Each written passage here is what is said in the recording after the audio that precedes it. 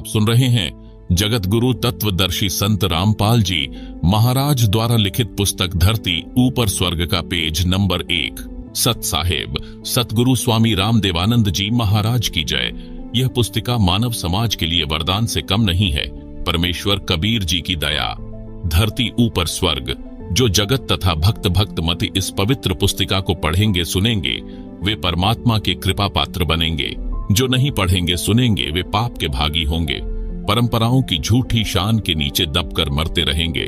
संत रामपाल दास। जीव हमारी जाति है, मानव धर्म हमारा, हिंदू मुस्लिम सिख ईसाई धर्म नहीं कोई न्यारा। आप सुन रहे हैं जगत गुरु तत्वदर्शी संत रामपाल जी महाराज द्वारा लिखित पुस्तक धरती ऊपर स्वर्ग का पेज नंबर 3। हे मानव, पढ़ अनमोल वचन, बनेगा धरती ऊपर स्वर्ग। मानव यानी स्त्री पुरुष का जन्म भाग्यवान यानी लकी आत्माओं को मिलता है, जो पूर्व जन्मों में किए शुभ व अशुभ कर्मों यानी पापों तथा पुण्यों पर आधारित होता है, जिसे प्रारब्ध कहा जाता है। इस बात को सब मानते हैं कि कर्म से सुख और कर्म से दुख होता है। सुख नाम स्वर्ग का तथा दुख नाम नरक का प्रतीक है। जिस घर में सुख है सब कहते हैं कि आपका घर तो स्वर्ग है, जहां दुख होता है तो कहते हैं कि उनका घर तो नरक बना है। सर्वप्रथम उन दुखों पर प्रकाश डालता हूं जो हमने अपने अनावश्यक रीति रिवाजों के कारण स्वयं लाद रखा है तथा नशे के आदी होकर घर नरक बना रखा है, जो प्रारब्ध में नहीं होता। हमारा यानी संत रामपाल दास व अनुयायियों का उद्देश्य धरती को स्वर्ग बनाना है। विवाह कर्म जो दुख का कारण है। बच्चों का संस्कार परमात्मा ने बना रखा होता है, उसी संस्कारवश 2 बच्चों का विवाह संयोग होता है। यह प्रारब्ध में निर्धारित होता है। इस कार्यक्रम में जो समाज में रीति रिवाज बना रखी है वे इस प्रकार हैं। नंबर 1 दहेज देना व लेना। नंबर 2 गाजे बाजे के साथ डीजे आदि को बजाकर विवाह करना।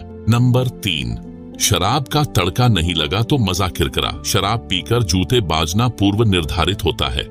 आपको यानी विशेषकर हिंदू समाज को बताना चाहता हूं कि आप जी श्री ब्रह्मा जी, श्री विष्णु जी तथा श्री शिव जी व माता दुर्गा जी के मानने वाले हैं। क्या आपको पता है कि माता दुर्गा जी ने अपने 3 पुत्रों का विवाह कैसे किया था? प्रमाण के साथ पढ़ो। प्रमाण श्री देवी पुराण के स्कंद 3 अध्याय 4 से 5 में लिखा है कि श्री देवी जी यानी अष्टांगी देवी यानी दुर्गा जी ने वचन से 3 लड़की उत्पन्न की। नंबर 1 श्री सावित्री जी यानी महासरस्वती। नंबर 2 श्री लक्ष्मी जी यानी महालक्ष्मी। नंबर 3 श्री पार्वती जी यानी महाकाली गौरी। पहले श्री ब्रह्मा जी को बुलाया तथा कहा, बेटा इस लड़की का नाम सावित्री है, इसे अपनी पत्नी रूप में रख, जाओ अपना घर बसाओ। श्री ब्रह्मा जी व श्री सावित्री जी ने माता जी को प्रणाम किया और वो ब्रह्मा लोक में अपने घर चले गए। विवाह संपन्न हुआ। फिर दूसरे पुत्र श्री विष्णु जी को बुलाया और कहा, बेटा इस लड़की का नाम लक्ष्मी है, इसे अपनी पत्नी रूप में रख, जाओ अपना घर बसाओ। दोनों माता जी को प्रणाम करके विष्णु लोक में चले गए। विवाह संपन्न हुआ। फिर तीसरे पुत्र श्री शिव जी को बुलाया तथा कहा, बेटा इस लड़की का नाम पार्वती यानी उमा है, इसे अपनी पत्नी रूप में रख, जाओ अपना घर बसाओ। दोनों ने माता जी को प्रणाम किया और शिव लोक में चले गए। विवाह संपन्न हुआ। आओ विचार करें। न बाराती थे, न भांति थे, न कढ़ाई चढ़ाई, न मिठाई बनाई, बाजे न डीजे बजा, न दहेज दिया न लिया। वर्तमान में हिंदू समाज में विवाह कैसे होता है ये बताने की आवश्यकता नहीं, क्योंकि आप सब जानते हैं। क्या हम ब्रह्मा जी, विष्णु जी तथा शिव जी से भी बड़े हो गए जो व्यर्थ की रीति रिवाज बनाकर बोझ लाद लिया?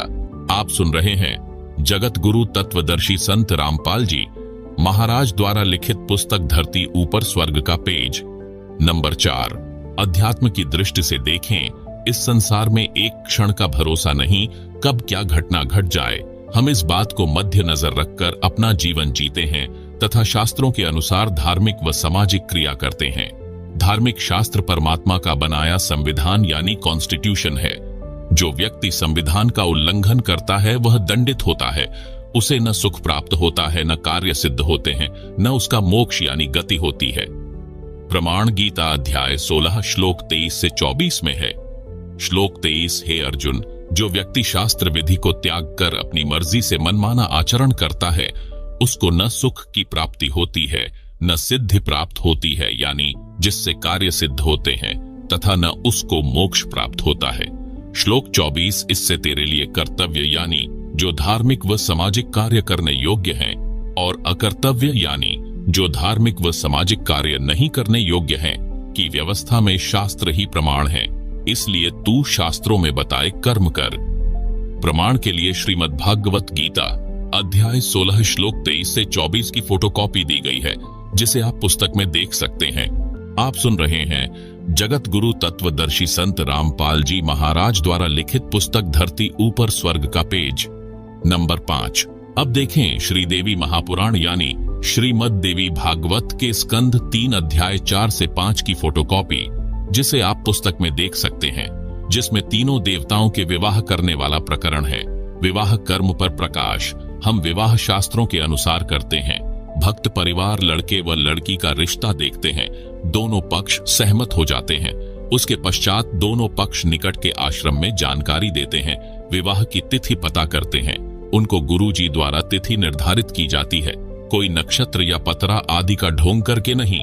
सामान्य तिथि जिस दिन छुट्टी हो या सत्संग समागम हो या जो दोनों पक्षों की सुविधा अनुसार हो। निर्धारित तिथि को दोनों पक्ष आश्रम में या सत्संग स्थल पर जो स्थान बताया गया होता है उस पर आते हैं। संत गरीबदास जी महाराज जी की अमृतवाणी में एक असुर निकंदन रमैनी अध्याय है, जिसमें विश्व की सभी दैवीय शक्तियों की स्तुति की गई है। उसको पढ़ा जाता है, बोला जाता है, ऑडियो स्पीकर पर सुनाई जाती है। भक्तों को मौखिक भी याद होती है, सब मिलकर बोलते हैं। ये हमारे विवाह के गीत हैं। आप सुन रहे हैं जगत गुरु तत्वदर्शी संत रामपाल जी महाराज द्वारा लिखित पुस्तक धरती ऊपर स्वर्ग का पेज नंबर 6। विशेष जगत में विवाह के लिए शुभ लगन पंडित द्वारा शोधी जाती है, जो कहता है कि इन नक्षत्रों में बच्चों का विवाह होने से सदा मंगल रहेगा, बच्चे सदा सुखी रहेंगे। परमात्मा कबीर जी कहा करते कि बच्चों के जो कर्म में लिखा है वह अवश्य मिलता है, इस लगन से कोई बचाव नहीं होता। उदाहरण दिया करते, कबीर वशिष्ठ मुनि से त्रिकाली योगी सौध कर लग्न धरे, सीता हरण मरण दशरथ का बन बन राम फिरे। अर्थात जिस समय श्री रामचंद्र जी का विवाह सीता जी से होना था, उस विवाह की शुभ लगन तिथि राजा दशरथ के गुरु ऋषि वशिष्ठ जी ने शोध कर रखी थी। कहा था कि बच्चे सदा सुखी जीवन जिएंगे।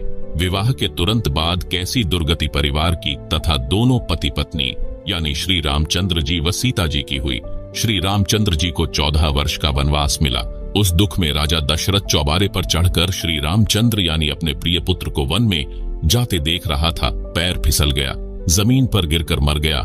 श्री राम व सीता बन बन में भटके। सीता जी 12 वर्ष रावण की जेल में रही, एक बाग में रखी गई। उसको फल तोड़कर खाने का अधिकार नहीं था। जो अपने आप टूटा हो उस फल को सीता खा सकती थी। गर्मी सर्दी वर्षा में उसी वृक्ष के नीचे रही, महाकष्ट उठाया। क्या बचाव किया उस लगन ने। इसलिए हम सामान्य विधि से सब विवाह क्रिया करते हैं। पूर्ण परमात्मा को इष्ट रूप में पूजते हैं, जिससे संकट टल जाते हैं। पढ़ें एक झलक यानी कुछ अंश उस अमर ग्रंथ यानी सूक्ष्म वेद की वाणी का। मैं यानी लेखक देवी देवताओं का सम्मान करता हूँ। मैं तथा मेरे अनुयायी प्रतिदिन विश्व के देवी तथा देवताओं की स्तुति करते हैं। प्रमाण के लिए दोपहर की स्तुति के कुछ अंश। सत्पुरुष समर्थ ओमकारा, अदली पुरुष कबीर हमारा। आदि युगादि दया के सागर, काल कर्म के मोचन आगर। दुख भंजन दरवेश दयाला, असुर निकंदन करय पैमाला। आब खाक पावक और पौना, गगन सुन्न दरियाई दौना। धर्मराय दरबानी चेरा, सुरसुरों का करय नबेरा। सत का राज धर्मराय करही, अपना किया सभी दंड भरही। शंकर शेष रु ब्रह्मा विष्णुम, नारद शारद जाउर रसनम। गौरिज और गणेश गौसाई, कारज सकल सिद्ध होए जाही। ब्रह्मा विष्णु रु शंभु शेषा, तीन्यु देव दयालु हमेशा। सावित्री और लक्ष्मी गौरा, तिहु देवा सिर कर हैं चौबरा। नील नाभ से ब्रह्मा आए, आदि ओम के पुत्र कहाय। शंभु मनु ब्रह्मा की शाखा, द्रग युज साम अथर्व भाषा। पीब्रत भया उतानम पाता, जाके ध्रुव हैं आत्मज्ञाता। आप सुन रहे हैं जगत गुरु तत्वदर्शी संत रामपाल जी महाराज द्वारा लिखित पुस्तक धरती ऊपर